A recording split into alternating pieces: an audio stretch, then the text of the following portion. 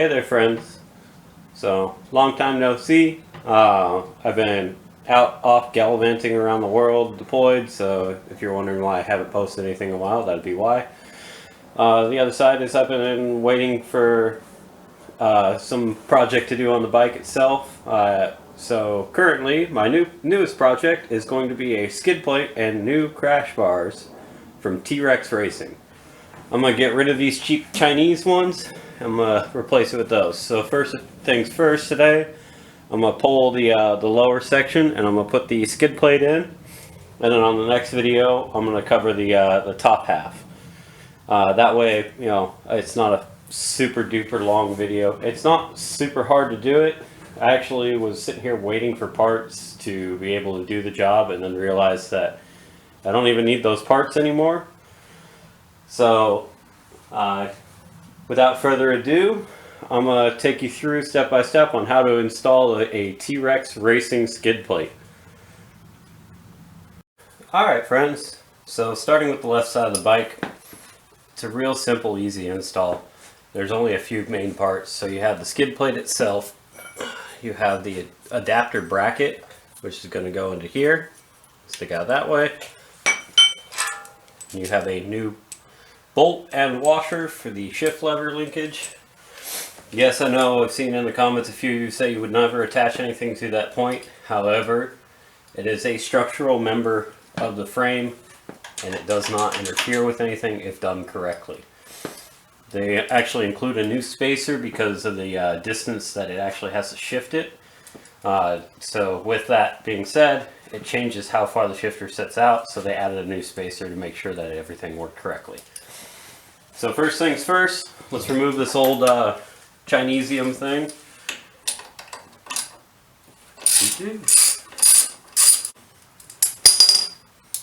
I am going to retain all the old parts just in case I ever want to take it off and put it back to stock. But if you don't want to, it's no big deal. They're not that expensive. They're only a couple of dollars on Partzilla. Actually, I just ordered a brand new shift linkage and everything, so eventually I'll be changing that out as well because I slightly bent it. Oh, that bolt also comes off with a 6mm. And on this one, it's going to be a 14mm. Free bastard. So, I've already started removing sections of the old one. It was rusting so badly that it actually became a problem for me. And I ended up removing it under the side of safety.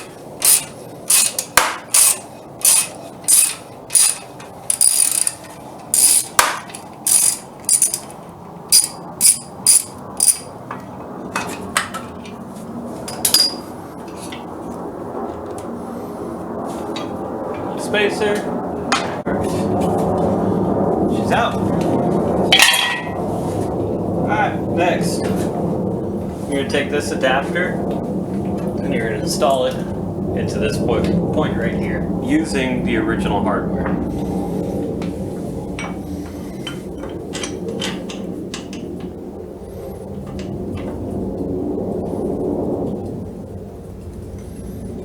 I'm just going to let it hang there for the moment. I will go back through and tighten it up later. But right now, that's all I really need to. Just kind of loosely fit it in there. It does take the place of the spacer, so you will not need to reinstall the spacer into this point.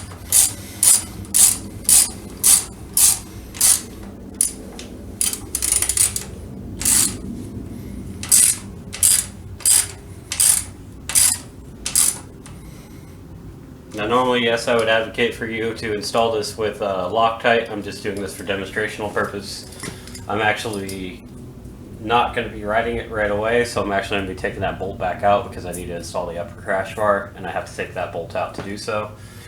So at that point I'll install the Loctite. Alright, so with this side done, the hanger's set, this side set, we're going to move on to the other side to get the other hanger and everything ready, and then we'll lift her up into place. Alright, on this side is another rinse and repeat moment. So I'm going to remove the lower one first, and I'll remove the upper afterward.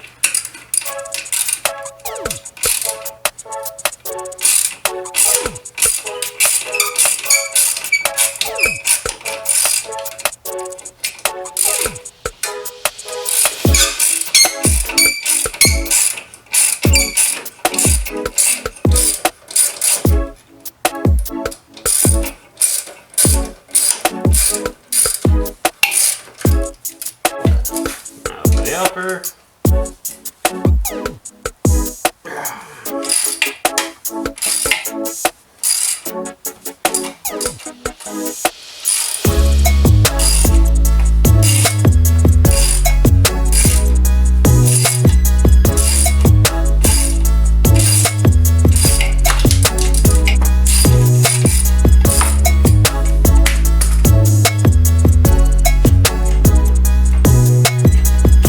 Another reason I ended up removing it, I had to pull the original stock bolts to install it for the lower one.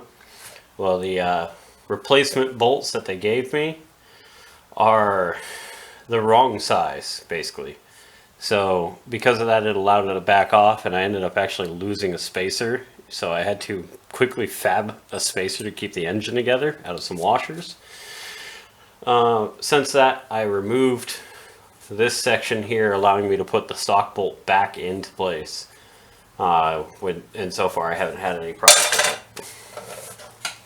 it. Alright, next step, we're going to have to remove our exhaust cover here. This is a 5mm hex head.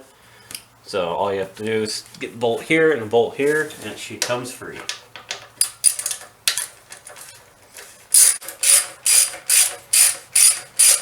Alright, now to put the hanger in, same thing as last time on the other side. Simply slot it in place where the original spacer would have gone. And we're going to screw her into place until she's just about snug. Alrighty, now it's time to start hanging it.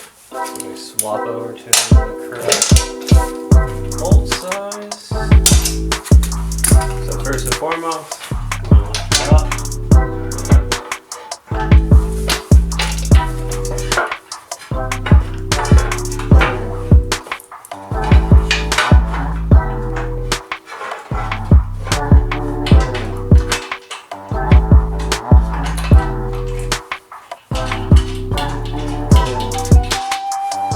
right in our bolt tight on this side. Using the original hardware for the aft one.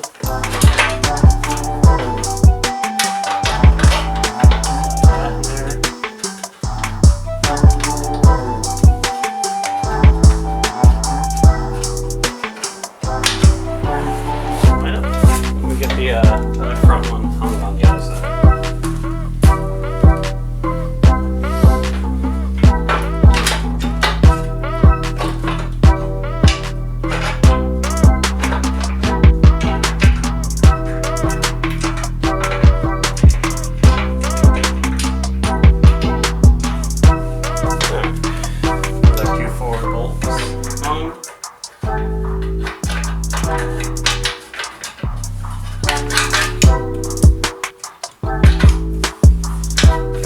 Exhaust hanger in. It doesn't cooperate with me right now.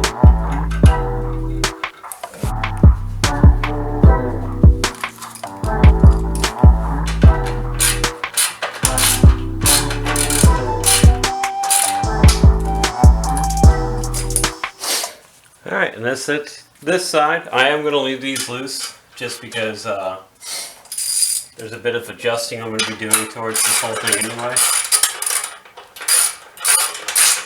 So I'll just snug them up a little bit. But as you can see, this is what it'll look like from this side.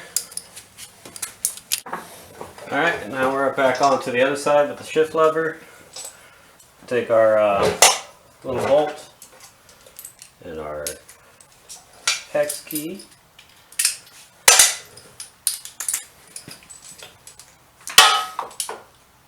So this one will be lining up here for the new shift linkage, right? I'm going to apply a quick coat of grease here for so that it doesn't bind up.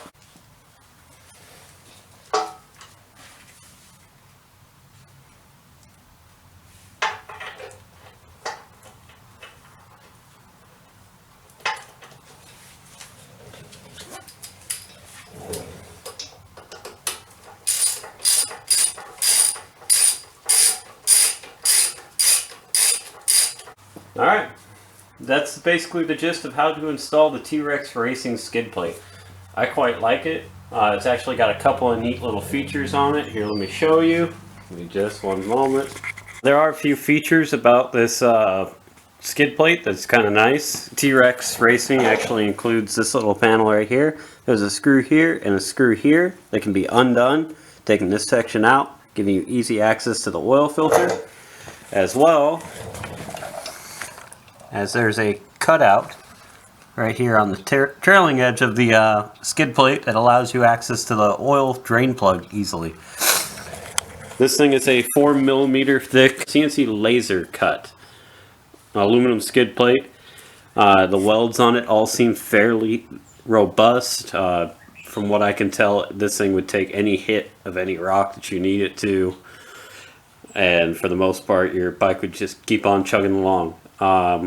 At some point, there's another product T-Rex Racing has. They have these case covers. As you can see, I've already dinged mine up a few times. I'm going to be getting these case covers to help protect the case itself, on top of having the crash bars on here as well. That way, the bike will be protected as much as possible, and there will be basically no reason or way that the engine can get damaged unless I get hit by a train or something. Anyway, friends, that's it for today. I'll talk to you next time. Goodbye.